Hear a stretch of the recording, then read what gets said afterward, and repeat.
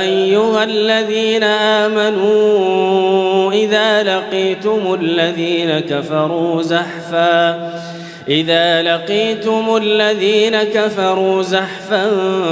فلا تولوهم الأدبار ومن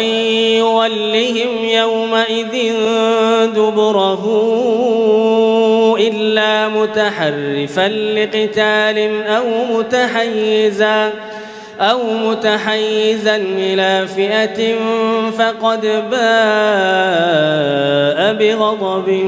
من الله ومأواه جهنم وبئس المصير فلم تقتلوهم ولكن الله قتلهم وما رميت إذ رميت ولكن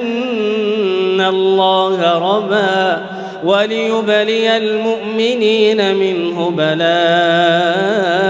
حسنا إن الله سميع عليم.